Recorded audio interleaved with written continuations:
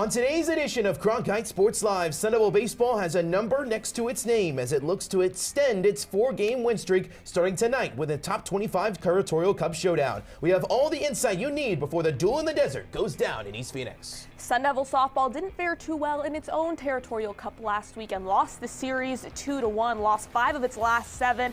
That series loss came at the hands of the rivals from down south. They play Kansas this weekend. And we're going around the horn with all things ASU sports, from sports that just completed their campaigns to ones looking towards the future. All that and so much more as Cronkite Sports Live starts right now.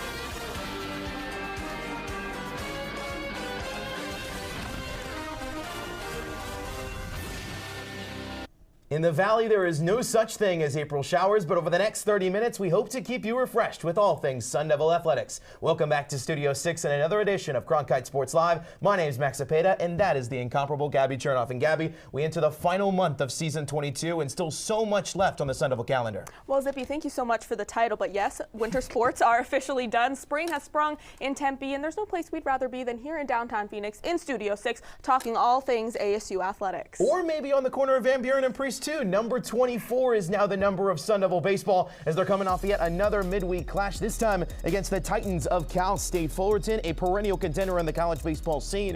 But in the first inning, Brandon Compton made his presence felt early. A 3-run bomb, 430 feet onto the practice field beyond Phoenix Municipal Stadium. It became 4-0 Arizona State, and the offense would not stop there. An offensive onslaught last Tuesday night over at the corner of Van Buren and Priest. In the second inning, Jacob Tobias hits one down the left field line for a 2-run double, and it would be 6-0 Arizona State. Up a touchdown now are the Sun Devils figuratively, and they would continue to run up the score to the point where it was 12-3 in the 5th. Cal State Fullerton just trying to get some kind of offense going. They're able to get a sacrifice fly to right field, drive in a run. It would make it 12-4, but very minuscule considering what the Titans offense lacked in comparison to Arizona State. As for the 6th, in the very next inning, Kyle Walker would have a sacrifice fly of his own to make it 13-4 to bring back the 9-run lead. And right after that, how about Landon Hairston, one of the up-and-coming freshmen for Willie Bloomquist, getting himself an RBI single. He's been able to at least put putting the game in position for a run rule at a 14-4 lead. So that means the 7th could be the final out of the ball game. And with Cal State Fullerton down to their final out, the Sun Devils would force themselves a ground out, and that would do it. Cal State Fullerton needing to call the mercy roll just to get on their bus back to California. 14-4 is the final. Here's Willie Bloomquist after the blowout victory. General thoughts are we came out, set the tone offensively, which was great. Continued to add on and scored enough runs to get it done early. So it was a good win all the way around. We found out some things that we needed to, and some guys that needed to throw the ball well did, and we were able to, again, offensively had a pretty good approach tonight, so all around pretty pleased. Well, as we just heard, Sun Devil baseball is the number 24 team in the country and has won 6 of its last 8 games. We're now joined by WCSN baseball reporter Dominic Pasella to tell us a little bit more. And hey, Dom, what's been working as of late for Willie Bloomquist and his squad? Yeah, Gabby, the Sun Devils are really clicking on all levels right now. The bats are hot with a team .326 average since conference play began a couple weeks ago. They're the first team in the Big 12 this year to sweep a conference opponent on the road. They did that against Utah this past weekend. They brought in 10.3 runs per game in conference play this season. They lead the Big 12 in that category. And pitching, usually a sensitive topic for the Sun Devils, but they've really turned it around this year. They lead the Big 12 in strikeouts by a pretty good margin with 300 Ks on the year. Well, it sounds like this ASU baseball offense is really just firing on all cylinders. 35 innings this season with 3 or more runs scored. So who have been some of those individual contributors that have really stood out as of late? Yeah, the first name that comes to mind is probably Kyle Walker, second baseman. He was only batting .083 at the end of February, on the verge of losing his spot. But Willie Bloomquist stood by his guy, defended him in about every press conference, saying he's putting together good at-bats, but the numbers don't reflect it yet. Wait until he finds his swing. And he's found it. He's on a 17-game hitting streak right now, leads his team with a .379 batting average, and has a nice spot in the top of the lineup for ASU. Now, if you are the Sun Devils, there's no better time to be getting hot than right before this Territorial Cup rivalry series this weekend against U of A. They played a midweek a few weeks back. ASU lost that one, but what can we expect from this weekend series here in Tempe? Yeah, U of A, they squeaked out that little 3-2 victory in that midweek, but Arizona State's pitching proved strong against a usually potent Arizona offense, but the ASU bats just couldn't find the juice. Like I said earlier, the Sun Devil bats have gotten a lot hotter since that point, and if you look at the rankings, the Wildcats are ranked number 22 in Baseball America's Top 25 poll, but fell out of the rankings in the D1 baseball poll. That's the poll where ASU stands at number 24. So this contradiction of the rankings shows that there's no consensus dominant team in the desert. And this weekend should prove to be the most competitive series both teams play all year, as conference implications, bragging rights, the T-Cup, and a top 25 spot are all at stake. Well, Dom, thank you so much. Should be an exciting series for sure. That one's set to get underway tonight at Phoenix Municipal Stadium. And ASU is one of the most storied programs in all of college baseball. And with this year's Sun Devils staying hot, there are a few former Sun Devils in the big leagues who are having success of their own. Our Colgan Herschel has more on some of the familiar faces that made appearances on last week's MLB opening day.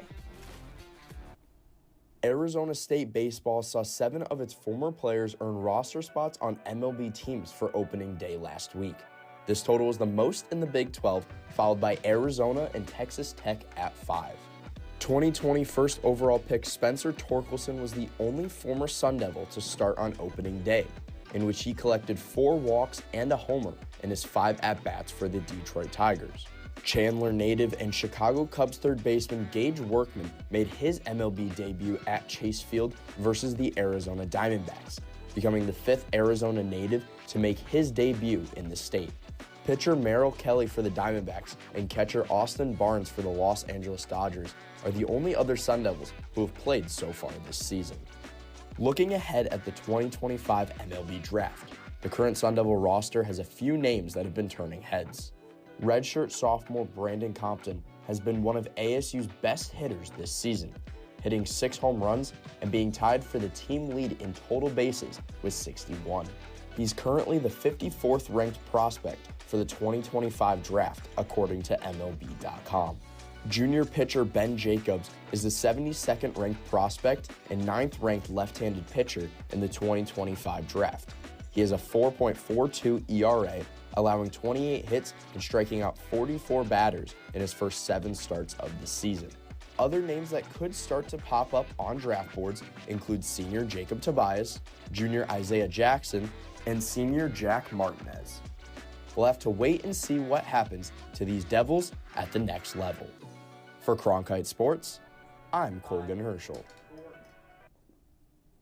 Now from Phoenix Muni to Club Farrington as number 18 Oklahoma State takes on the rising Sun Devil softball team as they have continued to grow in momentum, but this would be a rough one on Wednesday night. Top of the 3rd inning, Megan Bloodworth with a leadoff home run down the left field line over the wall to give the Cowgirls an early 1-0 lead. Reminder, this is a non-conference game between 2 schools that are Big 12 opponents. In the top of the 5th, Mika Lupi now in the circle, replacing Kenzie Brown. That one's up the middle again by Bloodworth, getting the offense going. But watch this play. Really unique to say the least. Ground ball up the middle. Lupi trying to get the out at the plate. Sam Swan, a wild throw over to third base as Takala Davis not able to pick it up. And then Tia Warsop, who is at the plate to begin with, makes it all the way around to third and now represents as another run in scoring position. It's 2-0 OK State, and then a bunt suicide squeeze ends up with not a single out recorded. It is 3-0 Oklahoma State to the 6th we go. So Sun Devils trying to get some offense going. Kelsey Hall able to get a strikeout, and Tiara Ho-Ching nailed down on the strike him out, throw him out to end the 6th in a unique double play to say the least. And in the 7th, Oklahoma State continuing to add on to that lead. A fielder's choice ground out by Ardu Schneidmiller to put things aside. So bottom of the 7th, trying to get some offense going, and it's a 5-4-3 double play to end things. Sun Devils lose the unique non-conference bout to a team looking to compete in Oklahoma City this summer. Here's Megan Bartlett after the loss. We spend a lot of time on hittability and just how we train our hitters, and it's certainly there were some bright spots there. There just wasn't enough. We didn't string enough together to come up with any real momentum. And she did a really nice job tonight. She got us, so hopefully we get her twice next year. Now, we just heard about some of ASU baseball standouts a few moments ago this season, but over on the other diamond, ASU senior pitcher Kenzie Brown has been on another level. There's a lot to know about Brown and her recent success, so here's our Will Anderson with more before she gets set to take the circle again tonight against Kansas. It's been nearly unstoppable for Arizona State softball this season. The senior pitcher is proving why she's one of the best in the nation and is dominating in the circle after missing all of 2024 with a lower leg injury. So let's break down her success this season by the numbers. Brown has shined all season, leading the Big 12 and ranking third in the nation with 167 strikeouts. She also has 12 wins, all while maintaining a 1.12 ERA. In her last 13 appearances, she's been a workhorse, going at least 5 innings in 9 starts and delivering 6 double-digit strikeout performances. On average, she's striking out nearly 10 batters per appearance during that span. The highlight of her season so far came against the BYU Cougars, where she threw a complete game and struck out a career-high 18 batters. Her outing marked the second highest single-game strikeout total in ASU history. Her dominance hasn't gone unnoticed, as Brown is ranked number 9 in Softball America's pitcher power rankings. She's back, she's healthy, and she gives ASU a chance to win every time she enters the circle. With Brown on the roster, the Sun Devils have a true ace. Thanks, guys. Thanks so much, Will. But while the Devils may have a dominant force in the circle, their offensive numbers, on the other hand, have failed to live up to that standard, as ASU's numbers are now basically a third of what they were in non-conference play. And with still much of their Big 12 schedule still in front of them, consistent production will be necessary to remain near the top of the standings. For more on what has changed at the plate at Club Farrington, here's our Reese Goodall. In Big 12 conference play, the Arizona State softball team's offense has taken a step down from the heights shown early in the season. ASU's offensive production has dropped from averaging 5.9 runs per game against non-conference opponents to 4.1 runs per game against Big 12 teams, even with last weekend's 18-run performance versus Iowa State. If you take out the outlier, the Sun Devils' runs per game rate drops even further to 2.8 versus Big 12 opponents. However, ASU can take some solace in the fact it's not striking out often. The Sun Devils strike out 3.26 times per game, which is the second lowest rate in the conference, only behind Territorial Cup rivals Arizona. They have also had the misfortune of facing off against some of the conference's best pitching. Series against BYU, UCF, and Arizona saw ASU face 3 teams in the top 5 of the Big 12 for team ERA. In 6 of the 9 games against those opponents, the Sun Devils scored 3 runs or less, including getting shut out by UCF. The Sun Devils will have a chance to rebound in its next 3 conference series, as all are against teams in the bottom 5 for team ERA. If ASU heats up over the next 3 series, it will take momentum into Lubbock for a Big 12 finale against Texas Tech, who has the 6th best ERA in the country. For Cronkite Sports, I'm Reese Goodall. All right, let's take a trip around Tempe for the big 3 sports in their respective off seasons. Tempe's favorite team is back on the gridiron for some spring football, with the majority of its starters on both sides of the ball that helped the Sun Devils to the CFP last season returning.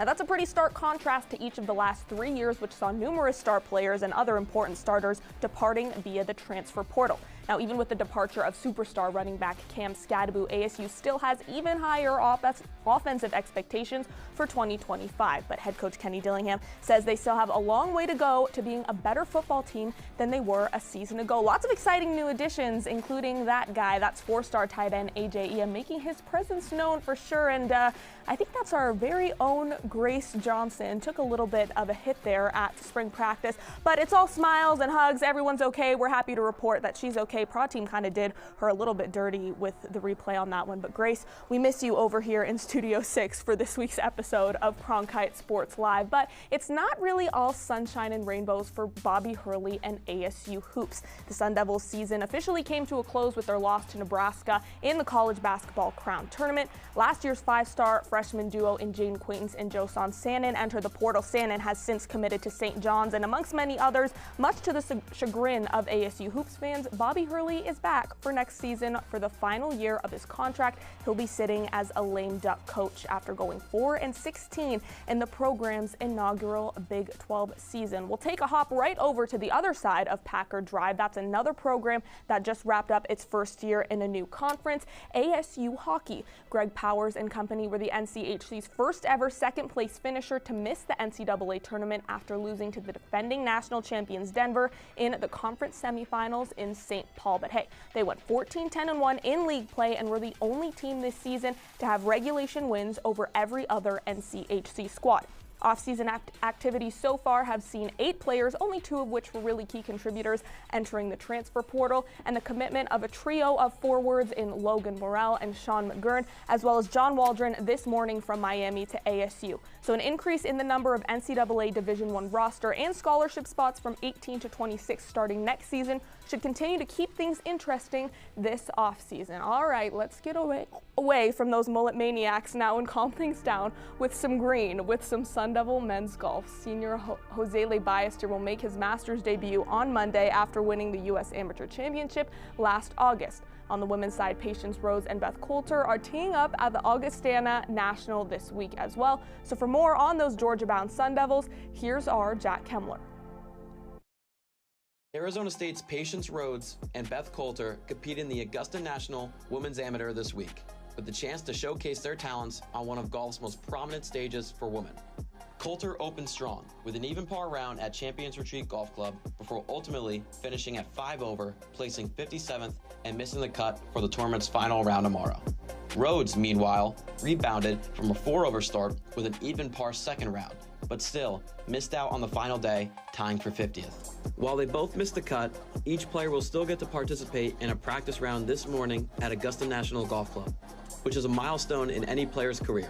There's plenty more to come for both Sun Devils, with the Big 12 Conference Championship up next and NCAA Regionals soon thereafter.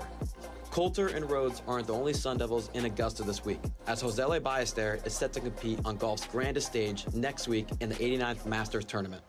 Ballester earned his invitation by winning the U.S. Amateur last summer, securing his place among the game's most elite players. Ballester hopes to follow in the footsteps of ASU alumni Phil Mickelson and John Rahm. Mickelson was the low amateur at the 1991 Masters during his senior season, just as Ballester is now. Meanwhile, his fellow Spaniard and idol, Rahm, captured the green jacket in 2023.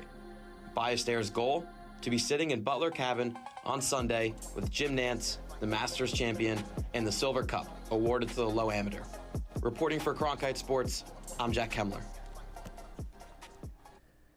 Now, meanwhile, in the water, former Arizona State swim and dive coach Bob Bowman has won his 2nd consecutive national championship. But instead of repping the maroon and gold, it was for the burnt orange of Texas, as Bowman and fellow former Sun Devil Hubert Koss took home the title once again. Well, the Sun Devils today, on the other hand, finished their first season under Herbie Bem by finishing 6th on the leaderboard. But while their season may have come to a close, on the other side of the pool, the home stretch has arrived for ASU water polo, as MPSF play has the 14th ranked Devils looking to hit their marks with the conference tournament approaching. However, their play on the defensive side has lacked significantly in recent outings, with even players calling out their lackluster play publicly.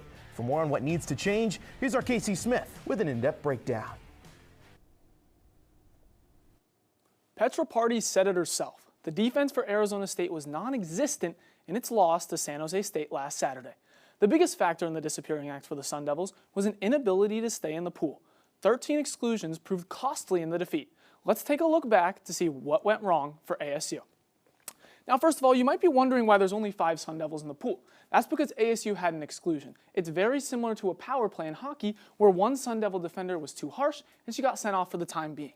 The root of the problem here is Hannah McClaskey. She's going to lose this Spartan right here, forcing Millie Quinn to slide up and take that on, leaving a free camper on the 2-meter line. It's the most dangerous position in water polo. It's essentially a layup, and the play is over before she's even shot it. On to the next one, and again, ASU with an exclusion. They're down a player. San Jose State is able to swing it around again until we get right here. There's already a defender who's blocking off the shot, yet Millie Quinn redundantly has another hand. Now, I've never seen a shot that's been so powerful that you have to have 2 arms to block it. So really, she should be slid down here guarding this Spartan. Instead, the pass is able to slip right through. And unfortunately for Carrie Glad, there's nothing she can do one-on-one with the keeper. All right, last play. It's 12-12. 40 seconds left. Game on the line. Sun Devils have an exclusion again, and this one just snowballs out of control. First, it's Annie Pam. She doesn't really have leverage here, so she should be slid up on this pass. Instead, it gets through quickly. Then Itzer Almeida sends the double team. You're already down a player, so really not smart with the numbers advantage. It's going to allow this pass to go right away. Swung again. Jasmine Digmans has to send the foul, but that's okay because ASU is able to bring their player back on. But she fouls again. Sophie Shorter Robinson fouls. Now she is unable to contest either a pass or a shot. It's a wide open lane into the middle of the pool. That's not a great space to be if you're an ASU defender, and this pass is going to get through. The backhand shot is nasty, but really it was just a domino effect of things to come. ASU would not be able to respond, and they would lose this one. It was really a case of the little things snowballing out of control, starting off with staying in the water. Defenders are only able to be out of position because someone fouled and forced everyone else to try to pick up the slack. Closing out the season with 2 top 5 opponents on the horizon, the Sun Devils will have to figure it out quickly if they want a chance to hang in the MPSF. Guys? The Gym Devils are gearing up for NCAA Gymnastics Regionals in Seattle as we speak after going 10-10 this season. For more on ASU's competition and what the road beyond this weekend looks like for the Sun Devils, here's WCSN gymnastics reporter Maya Diaz. After nearly 2 weeks of rest since placing 5th at the Big 12 Championship, the Gym Devils are looking to fight to keep their season alive at the NCAA Regional Semifinals tonight. ASU is set to compete against number 7 Missouri, number 10 Georgia, and Arizona. The Sun Devils are more than familiar with Arizona and have seen them twice this season. The Wildcats were able to post 17 scores of 9.8 or better at the Big 12 Championship compared to ASU's 10. Arizona did not seem to struggle on any of their events during the Big 12s, whereas ASU struggled to score more than one 9.8 on vault. The Sun Devils have slight familiarity with Georgia as they're lined up to face old teammate and vault specialist Anaya Smith. The Gym Dogs are ranked within the top 20 on all 4 events, but specialize in beam, ranking at number 7. Beam has been kryptonite for the Sun Devils as they have had more than 10 falls on the season. Missouri has never scored below a 196 this season and ranks within the top 5 on bars and floor. Similar to all around, Mizzou has never scored under a 49 in either of the 2 events. The Sun Devils would need to place in the top 2 in order to advance into the next round, where they would compete against the top 2 finishers from Session 2, which includes number 2 Oklahoma, number 15 Auburn, Nebraska, and the winner of the play-in meet between Illinois and UC Davis. ASU's meet is scheduled for today at 1 p.m. in Seattle's Alaska Airlines Arena.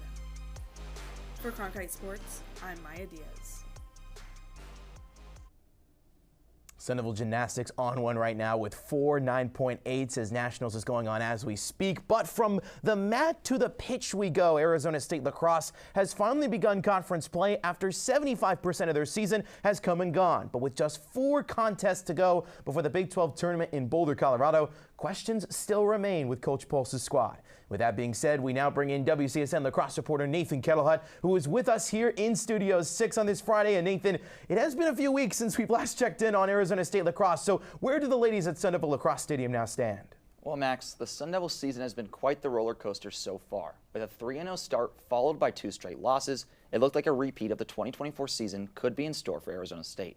But ASU quickly laid that story to rest, with 4 straight wins to follow suit, and even coming away with multiple victories in 1-goal games. The Maroon and Gold then dropped 3 of their next 4, including a tough 18-17 overtime loss against the Marquette Golden Eagles and an 18-14 loss to the number 7 team in the nation, the Maryland Terrapins. The Sun Devil terrific trio of Jordan Bihar, Lydia Oldno, and Tegan Ng have continued to dominate all season long, fighting for 112 goals and accounting for over 57% of Arizona State tallies from this season from just those 3 players alone. ASU has felt the ups and downs this season and are looking to end off the year right and close out conference play strong. Absolutely, Nathan. That's certainly the hope if you're a Sun Devil fan. But let's take a look ahead now with these 4 final conference games. What does the preview look like for these final 4 opponents the Sun Devils are going to face before they head to Boulder? ASU begins Big 12 play the best way possible, taking down the Cincinnati Bearcats 14-12 at home last Saturday. Tegan Ng added 5 goals to her already terrific season, and the Sun Devils came away victorious in a back-and-forth contest. But looking ahead, the Maroon and Gold head into a tough matchup, with the 5-5 Colorado Buffaloes coming into town on Sunday. ASU then heads on the road to take on the UC Davis Aggies, a team that sits at 3-7 on the year, and the Sun Devils match up well against. Senior Day rolls around next with San Diego State Aztecs, the formidable foe, on the docket. The regular season finale for Arizona State will be one of their toughest tasks of the year, with the current number 6 team in the nation, Florida Gators, rounding things off. Big 12 play will be difficult for the Sun Devils, but they have all the tools to succeed on the field, and only time will tell if they can pull it all together. Certainly be interesting to find out, Nathan, but thank you so much for your insight. As you mentioned, Sun Devil Lacrosse will be back in action on Sunday against Colorado. But since we've already discussed Coach Pulse's squad and the current state of our program, much more lies beneath the surface when it comes to those Sun Devil stars. And for more on that, here's our Ashley Lilliping. As Sun Devil Lacrosse settles into Big 12 play, it's time to highlight their stars that have risen to new heights in 2025. Let's start with junior attacker Jordan Bihar. She's eclipsed the ASU record for most assists in a single season with 48. After 13 of ASU's 17 regular season games, Bihar has already passed Emily Glagola's record of 42 assists set in 2022. I think Jordan in game is just sneaky. Like, you don't see it like in every play, but she just keeps adding points and assists and goals time and time again, which then at the end of the game, you're like, oh my gosh, she really had 8 points today. Between the posts, senior goalkeeper Katie Valley has stood out for ASU.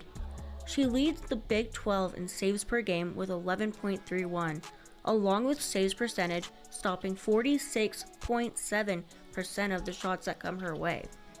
Saturday, Valley notched 602 career saves, fortifying her program record, and she started in 68 games since arriving at ASU. I think like that's a ton of time and a ton of saves that she's put in to put herself in that position. So it's not just this season, it's not just one game, but that's consistency, and that's what you get from Katie Valley. Junior attackers Lydia Olno and Tegan Ng both marked 100 career goals Saturday as well. Ng is the top scorer for ASU this season with 48 goals. Olno is next with 38. The duo builds off of each other and the rest of their team as they carry the scoring load for a successful Sun Devil team. For Cronkite Sports, I'm Aisling Filippi. You know what's a risk?